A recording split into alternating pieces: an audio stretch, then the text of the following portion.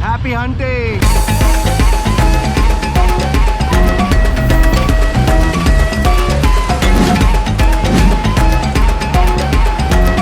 What's up people, this is Mr. Kurula and we are in Bangkok to ride Royal Enfield's latest motorcycle for the global market, the Hunter.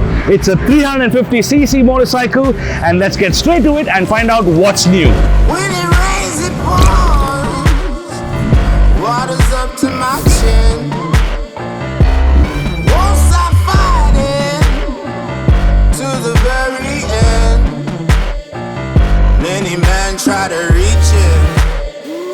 Many of them have failed. Well, if you wanna get to heaven, you gotta raise a little hell. And I've been running from the law.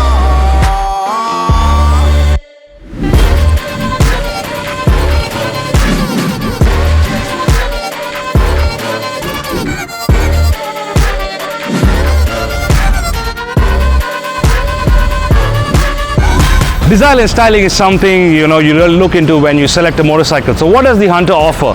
If you see right up, it has a circular headlamp, fork gaiters, a new stylish alloy, and you get dual tone color. The one you see here is called Rebel Blue. It's Royal Enfield with a single seat, a fancy split grab rail finished in matte. When you look at the rear, it comes with LED circular tail lights, and the turn signals also are circular. When you see this side of the motorcycle, you notice it's got a short exhaust, and something interesting is it's all black. Like the wheels are black, the exhaust are black, and when the engine is completely blacked out. Very rare when you think about it from a Royal Enfield because there's a lot of chrome. And when you look at the instrument cluster, you get a brand new digital instrument cluster along with the tripper navigation, but the tripper navigation comes in the form of an accessory. It has a short handlebar, the levers are nice and chunky. So overall, this is what the Hunter offers in terms of design and styling.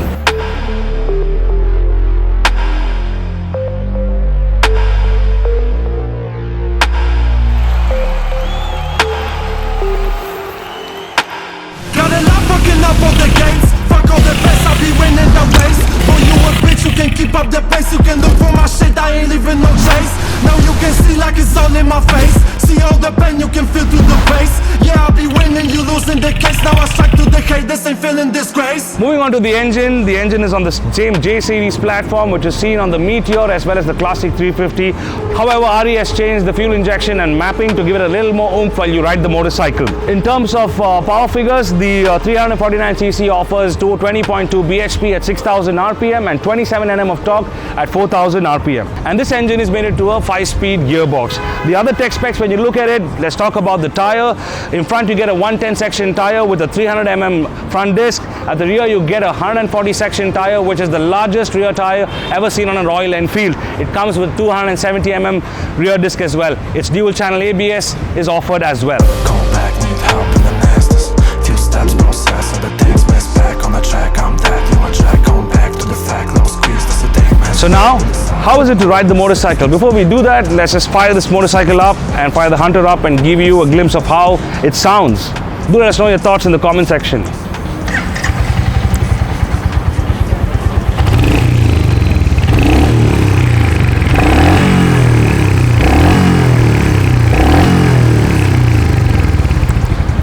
Indeed, very throaty and sporty, I would say.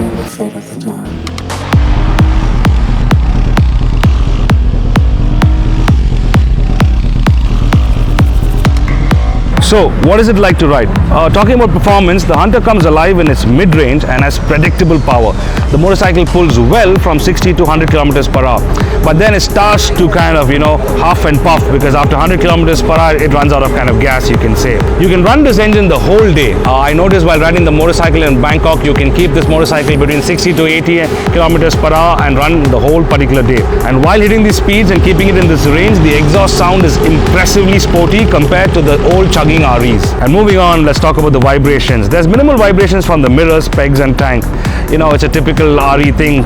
We all talk about its vibrations. However, I noticed between 80 to 100 kilometers per hour, and if you have a riding style where you sit up close to the tank, you tend to feel some kind of tank vibration. But that can be ignored as I'm just nitpicking now. And now coming to tires, we had the opportunity to test the Hunter 350 at the Impact Speed Park, which is basically a go-kart track.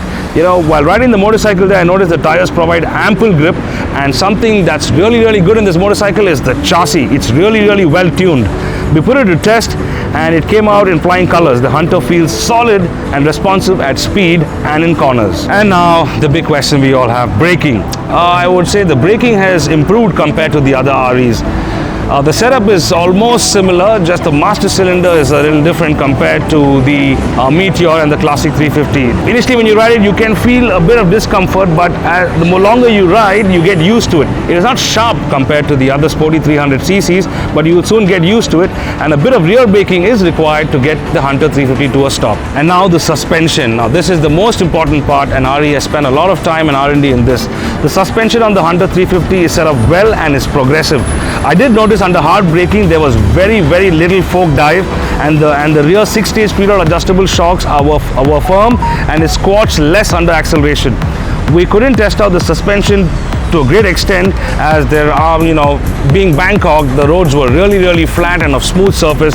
There was very less potholes and ruts. But taking a few road humps, I did notice that the energy transfer from the suspension to your arms and lower back is well controlled. Riding it in India, maybe that could be a different story. And overall, when you talk about handling, this is the game changer for the Hunter 350. It is no longer your typical Royal Enfield where you have to think twice before flicking it around. The Hunter, in fact, for me is a sporty Royal Enfield and responds to quick directional changes and is an agile 350cc. Good job, RE.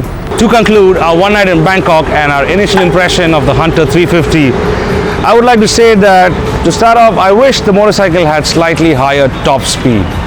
You know, it's a fun motorcycle to ride, so a little more top speed is something I wish the motorcycle could have.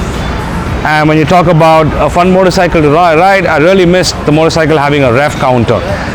These are things I'm nitpicking, but these are two things I really noticed that this motorcycle could have got. The other interesting things and positive things about the motorcycle is that one is that since we were riding most of the time in the night, I did notice that the instrument cluster is really easy to read and it's very lit up. So it's very easy to read in the night when you ride a motorcycle, which is very important. At least in Bangkok, it made a lot of difference when I was riding the motorcycle in the night. Apart from that, RE has done a fantastic job on its chassis. The chassis is well tuned and the suspension under hard braking does not dive. You know, it's very important when you want to push the motorcycle and flick the bike left to right. Overall, the Hunter 350 is an agile motorcycle, and when you shift it to 5th gear and start cruising, it also reminds you that it's a good cruiser and a good commuter motorcycle to have fun on.